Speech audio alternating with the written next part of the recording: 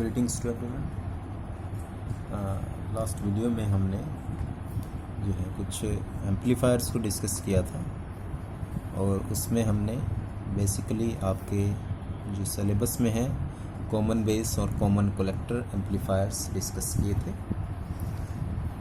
एक चीज़ ध्यान रखना, जो भी हमने कॉमन बेस या कॉमन कलेक्टर एम्पलीफायर डिस्कस किए थे उनमें हमने आउटपुट वोल्टेज को लिया था, ठीक है। लेकिन एम्पलीफायर ज़रूरी नहीं है वोल्टेज के लिए हो, it can be for current, it can be for power also. तो आज हम यही चीज़ डिस्कस करने वाले हैं कि एम्पलीफायर्स की क्लासिफिकेशन क्या है और वो किस किस तरीके से यूज़ किए जा सकते हैं, ठीक है। So today we are going to discuss classification of amplifier,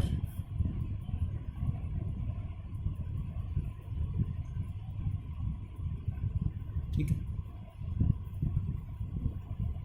classification amplifiers के यूज़ पर बेस्ड होती है कि हम किस तरह का एम्पलीफायर यूज़ करना चाहते हैं।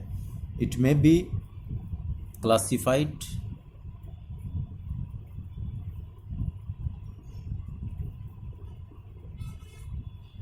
according to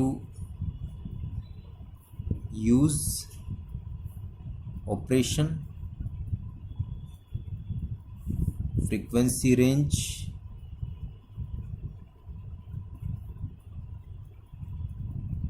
और method of interstage coupling. Just इसको मैं अभी कपलिंग लिख रहा हूँ, एक्सेट्रा, ठीक है। इन बेस पर इसको क्लासिफाई किया जा सकता है।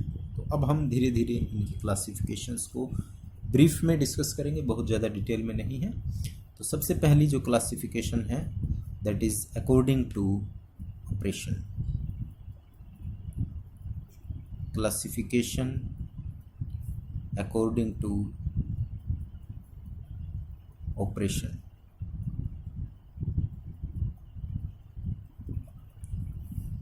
देखिए एम्पलीफायर्स की क्लासिफिकेशंस में है ये। सबसे पहले बात करते हैं हम क्लासिफिकेशन ऑपरेशंस में class A amplifier. Class A amplifier, ये एम्पलीफायर जितनी हम इनपुट देते हैं उसकी सारी की सारी इनपुट को एम्पलीफाइड करके आउटपुट में दे देता है, ठीक है। In class A amplifier, class A amplifier, the output current, the output current flows for the whole cycle of input, whole cycle of input signal, ठीक है। so that the wave shape of alternating output signal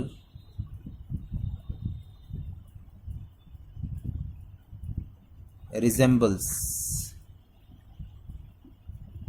the input। ज़्यादा इसमें समझने की ज़रूरत नहीं है कि क्लास ए एम्पलीफायर के अंदर जो भी हमें आउटपुट मिल रही है वो कंप्लीट साइकिल के लिए मिल रही है इनपुट की। इसीलिए जो भी आउटपुट है वो इनपुट के साथ रिजेंबल कर देगी, सिर्फ एम्पलीट्यूड बढ़ जाएगा, क्योंकि एम्पलीफायर का मतलब होता है उसको बढ़ा करके देना। जैसे देखते हैं इसको, ये हमने इनपुट सिग्नल दिया, इसमें दिस इज इनपुट, ठीक है। और लेट अस से this is class A amplifier. यहाँ पर हमने इसको फीड कर दिया क्लास ए में, और यहाँ से हमने इसको आउटपुट में ले लिया। जब हम इसको आउटपुट में लेंगे तो कंप्लीट साइकिल के लिए ही इसकी आउटपुट मिलने वाली है हमें, लेकिन इंक्रीज एम्पलीट्यूड्स में मिलेगी।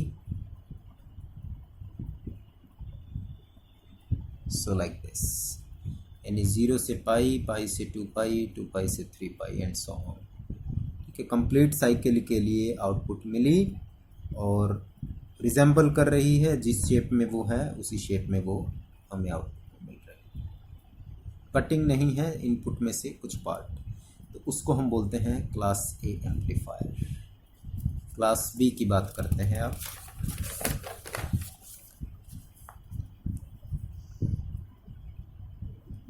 Class B amplifier,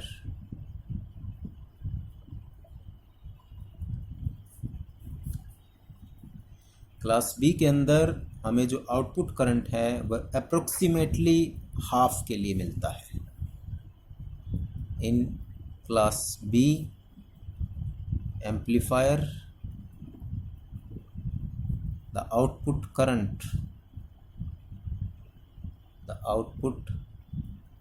current flows for approx half of the input signal, यानी हाफ के लिए हमें वो इनपुट में मिलता है। ठीक है, किस तरीके से, जैसे ये हमने इनपुट सिग्नल दिया,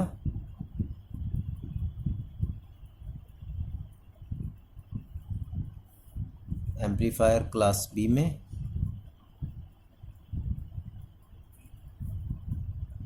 तो यहाँ जो हमें आउटपुट मिलेगी वो हाफ के लिए मिलेगी। सिर्फ इस हाफ के लिए मिल गई, इसके लिए नहीं मिली, फिर इसके लिए मिल गई, फिर इसके लिए नहीं मिली, लेकिन एम्पलीट्यूड तो बढ़ जाएगा थोड़ा सा। 0 से पाई के लिए मिल गई, पाई से 2 पाई के लिए कुछ भी नहीं मिला, फिर हमें इसके लिए भी 2 पाई से 3 पाई मिल गई, यानी कि अप्रोक्सीमेट हाफ के लिए हमें एम्पलीफाइड सिग्नल मिल रहा। ठीक है, इसके बाद आता है आपका क्लास ए बी एम्पलीफायर। ए और बी दोनों का मिक्सचर है ये, तो कंप्लीट के लिए नहीं मिलनी, हाफ के लिए भी नहीं मिलनी, दोनों के बीच में हो जाएगा। In class A be the operation is intermediate between class A and B operations, यानी ना तो कंप्लीट A के लिए ना हाफ B के लिए, इंटरमीडिएट मिलने वाली। In such operation current flow approximately more than half. In such operation current flows for approx more than half, half से ज़्यादा के लिए करंट फ्लो। ठीक है, एंड लेस देन, एक तरीके से ये भी कह सकते हैं लेस देन एंटायर साइकिल, पूरी साइकिल से कम रहेगा इनपुट के। इसको कैसे बनाएंगे, ये हमारे लिए इनपुट सिग्नल हो गया, this is class A B.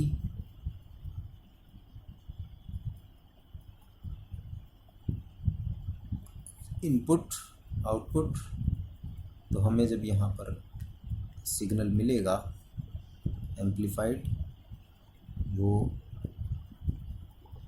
इस तरीके से हो जाएगा कुछ।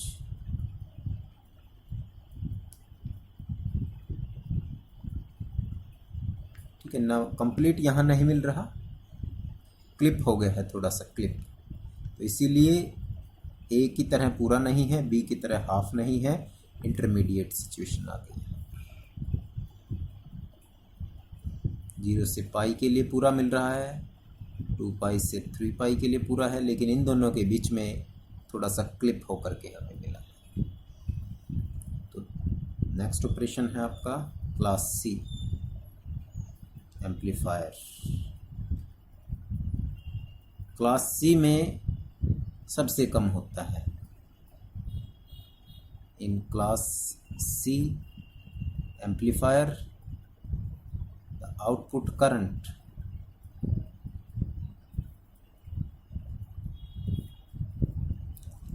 are 4 more than half, half से ज़्यादा के लिए उसकी वैल्यू क्या रहती है, 0 रह जाती है। ठीक है, दिस एम्पलीफायर का सीवर डिस्टोर्शन, इनमें डिस्टोर्शन ज़्यादा हो जाती है। ये हमने इनपुट सिग्नल दिया as usual. This is class C amplifier, और जो आउटपुट हमें मिलेगा वो बिल्कुल कम मिलने वाला है, यानी इसका पीरियड यहाँ से यहाँ तक है तो इसका सिर्फ इतना ही मिलेगा, और लेस देन है तो ज़्यादा गैप खाली के लिए रह गया और फिर थोड़ा सा हमें मिल गया। ठीक है, तो लेस देन जैसे हमारा ये बीच में था तो इक्वल होता है, ये पॉजिटिव में भी नेगेटिव में भी और फिर पॉजिटिव में भी, तीनों इक्वल होने चाहिए। लेकिन इसमें जो हमें नहीं मिलने वाला है वो मोर देन हाफ हो रहा है 0 सिग्नल में। तो इस तरह का जब आउटपुट मिले तो वो क्लास सी एम्पलीफायर हो जाता है। तो ये तो बात हुई हमारे ऑपरेशंस के बेस्ड, किस तरह से ऑपरेशन इनके काउंट होते हैं। अब बात करते हैं classification according to use. Classification according to use किस किस तरीके से यूज़ करते हैं। वोल्टेज का आप पढ़ चुके हैं, तो सबसे पहला हम वही है वोल्टेज एम्पलीफायर।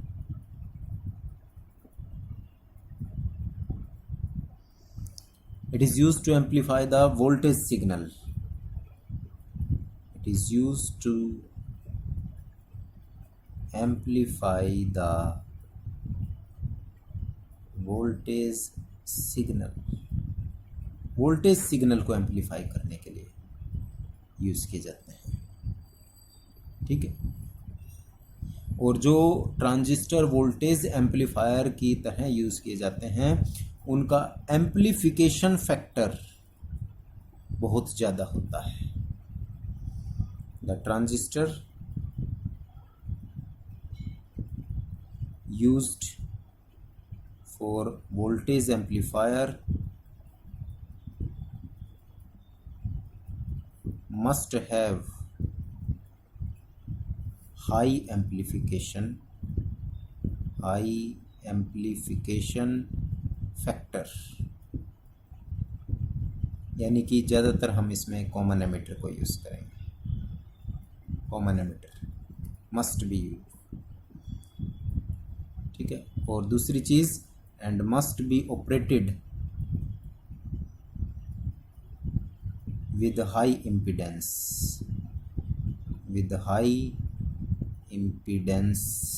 load। उनका इम्पीडेंस हाई होना चाहिए।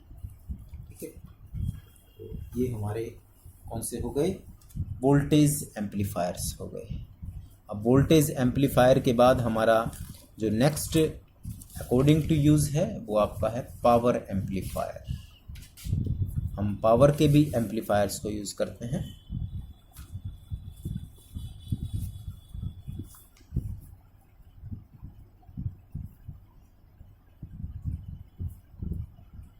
Power amplifier,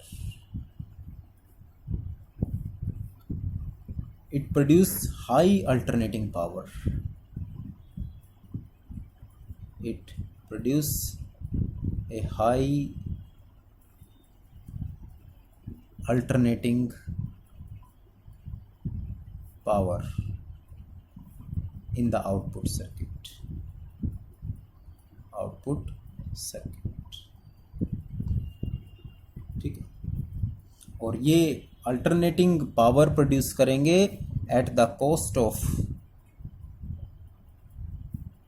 provided DC input signal. Input कौन सा होगा? डीसी होगा, लेकिन आउटपुट में क्या देंगे? एसी देंगे। यानी इनपुट में हम डीसी सिग्नल पावर का एम्पलीफाई करना चाह रहे हैं और आउटपुट में हमें अल्टरनेटिंग मिलेगा वो।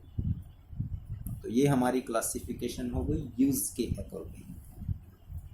ठीक है, अब क्लासिफिकेशन आ जाती है according to their range, frequency range. Classification according to frequency range.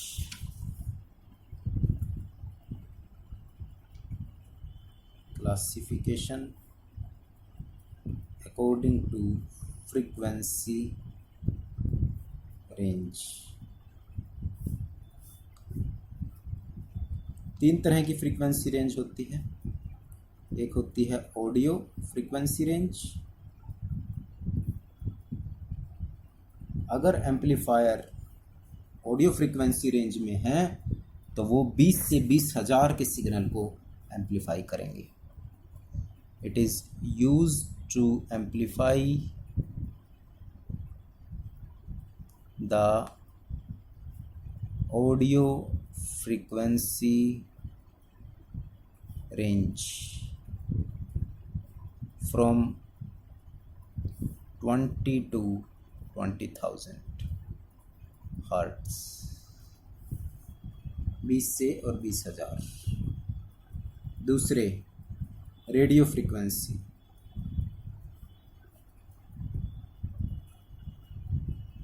Radio frequency वाले जो हैं वो इससे थोड़े से ज़्यादा हो जाते हैं।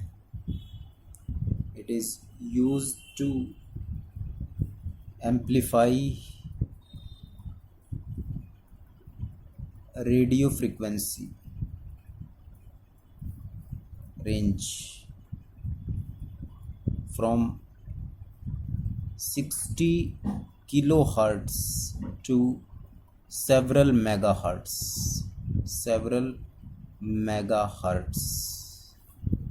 ठीक है, बुक हर एक बुक में रेंज थोड़ी सी डिफ़र कर सकती है। ठीक है, यहाँ पर सेवरल की जगह कोई वैल्यू दी गई 5, 10 इस तरीके से। ठीक है, तो थोड़ा बहुत ऊपर नीचे हो सकता है, लेकिन रेंज किलोहर्ट्ज से मेगाहर्ट्ज तक हो सकती है। तीसरा video frequency. Video frequency amplifier.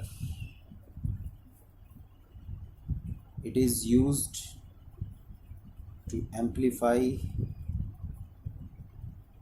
Video frequency signal,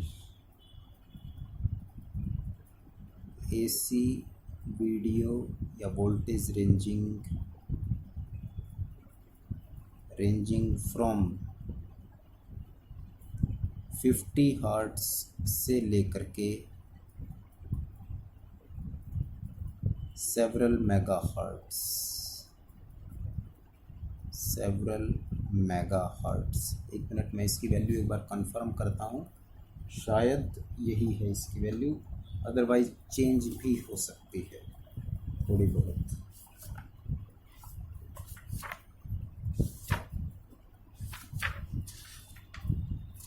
एक सेकंड के लिए। ठीक है, आप लिख सकते हैं, क्योंकि ये वीडियो फ्रीक्वेंसी हैं तो टीवी सिग्नल्स के लिए हम इनको यूज़ करते हैं। आपने देखा होगा कि आपके जो केबल वाले हैं वो कुछ बीच में एम्पलीफायर्स लगाते हैं ताकि वीडियो की क्वालिटी बनी रहे, तो वो एक तरीके से इसी तरह के एम्पलीफायर्स होते हैं। तो ये क्लासिफिकेशन हो गई हमारी फ्रीक्वेंसी रेंज पर बेस्ड। अब आती है क्लासिफिकेशन ड्यू टू कपलिंग। ठीक है, ये हमारे नंबर 3 क्लासिफिकेशन थी। नंबर 4 क्लासिफिकेशन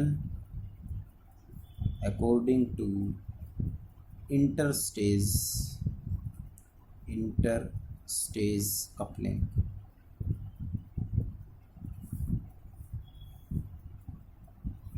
ठीक है, इंटरस्टेज कपलिंग। कपलिंग का मतलब होता है दो से ज़्यादा जब आपस में कनेक्ट हो जाएं।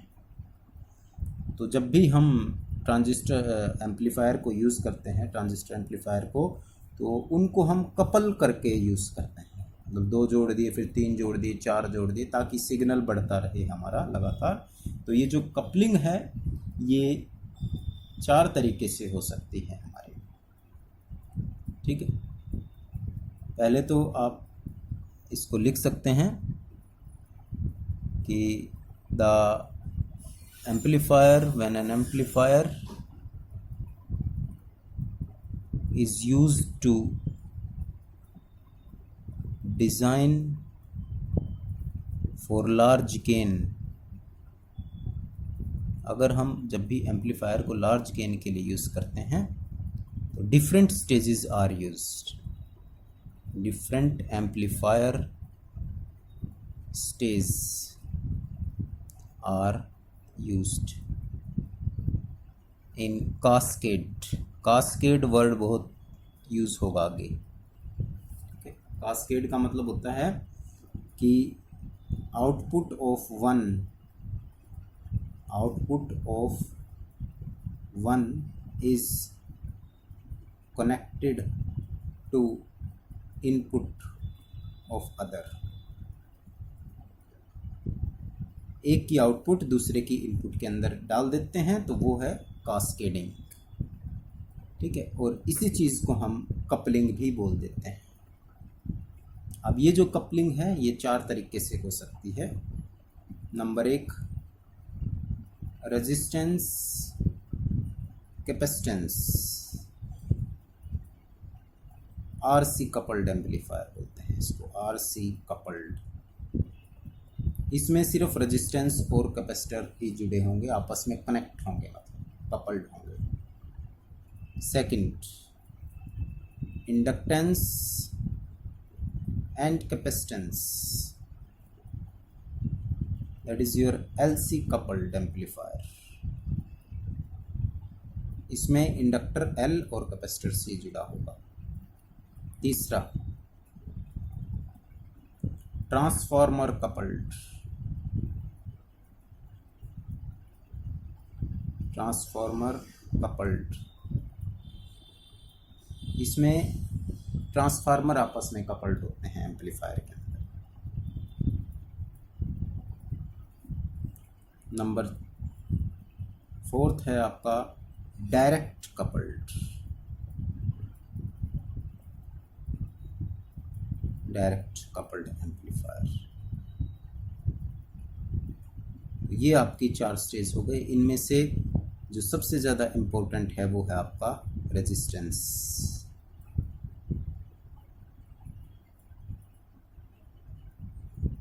और कैपेसिटर एम्पलीफायर। ठीक है, आरसी कपल्ड हमने बहुत डिटेल में स्टडी करना है और एग्ज़ाम के लिए भी बहुत इम्पोर्टेंट है ये कपलिंग, आरसी कपल्ड एम्पलीफायर। तो ये हमारी हो गई क्लासिफिकेशन ऑफ द एम्पलीफायर। तो हमने एग्ज़ाम में कई बार क्वेश्चन आया हुआ है कि describe the classification of amplifier. तो हमने 4 टाइप के क्लासिफिकेशन की, operation, class A, class B, class C. ठीक है, ठीक। और फिर classification according to their use, voltage amplifier, power amplifier.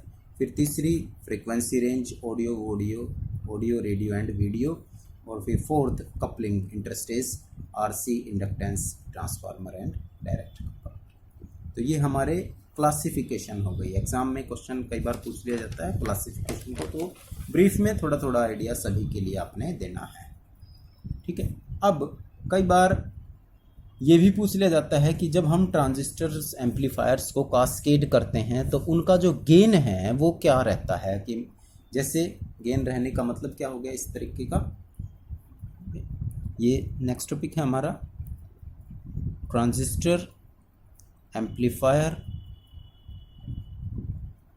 In cascade.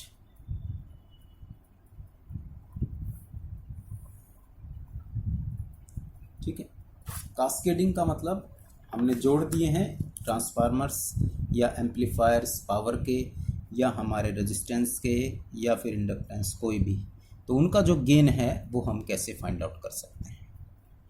ठीक है, जब भी हम ट्रांजिस्टर एम्पलीफायर को कास्केड करते हैं तो उसमें दो या दो से ज़्यादा हमारे पास क्या रहते हैं, एम्पलीफायर्स रहते हैं। जैसे यहाँ पर हमारे पास एक एम्पलीफायर है, इसमें इसको नाम दे दिया हमने फर्स्ट स्टेज,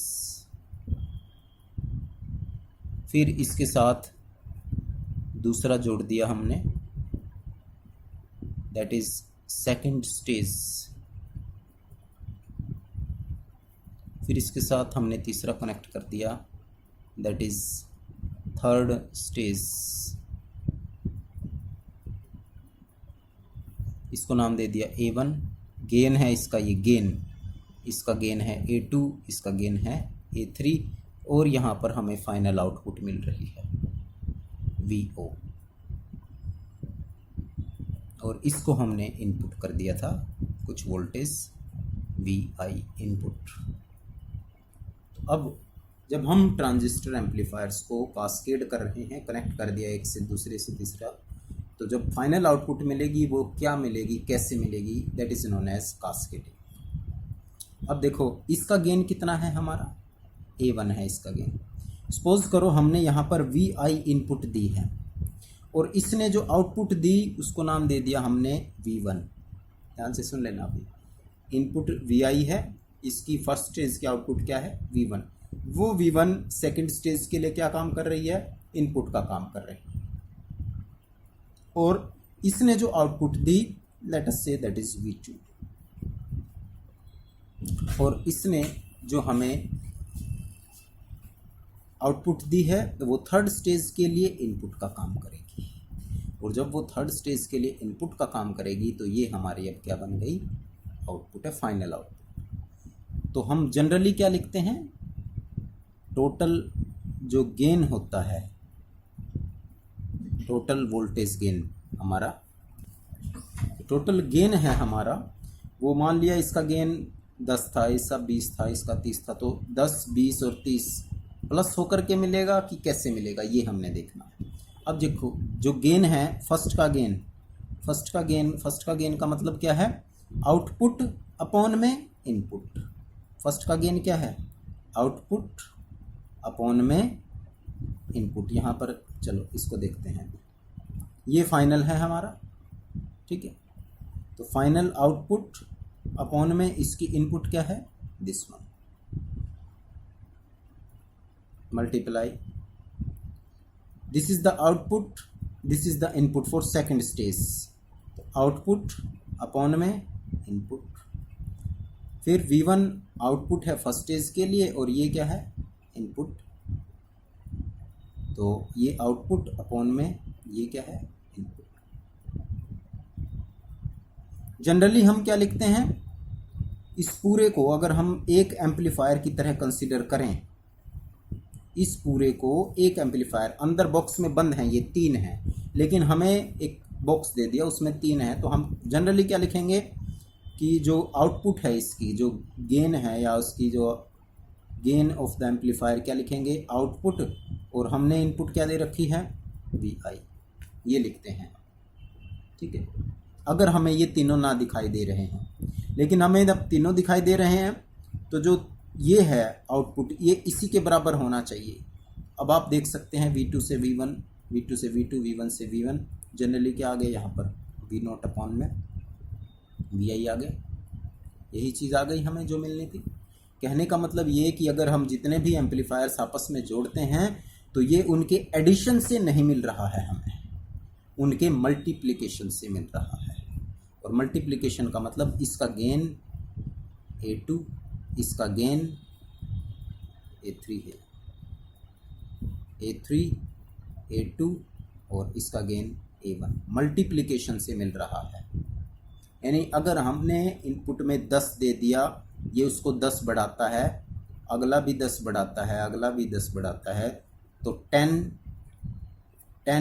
मल्टीप्लाई 10 और फिर आउटपुट हमें मिलेगी 10, 20 और 30 नहीं मिलेगी, थाउजेंड्स में पहुंच जाएगी हमारी आउटपुट। तो जब भी हम कास्केड करते हैं the gain of the amplifier is always gets multiplied. ठीक है, चाहे कितने भी हों तो टोटल गेन हमारा A1 multiply A2 multiply A3 and so on, जितने भी होंगे उसके हिसाब से मल्टीप्लाई होकर के मिलेगा। ठीक, तो this is all about our cascading of the amplifier. तो नेक्स्ट वीडियो में हम जो है एम्पलीफिकेशन एम्पलीट्यूड यानी कि जो फीडबैक है उसकी बात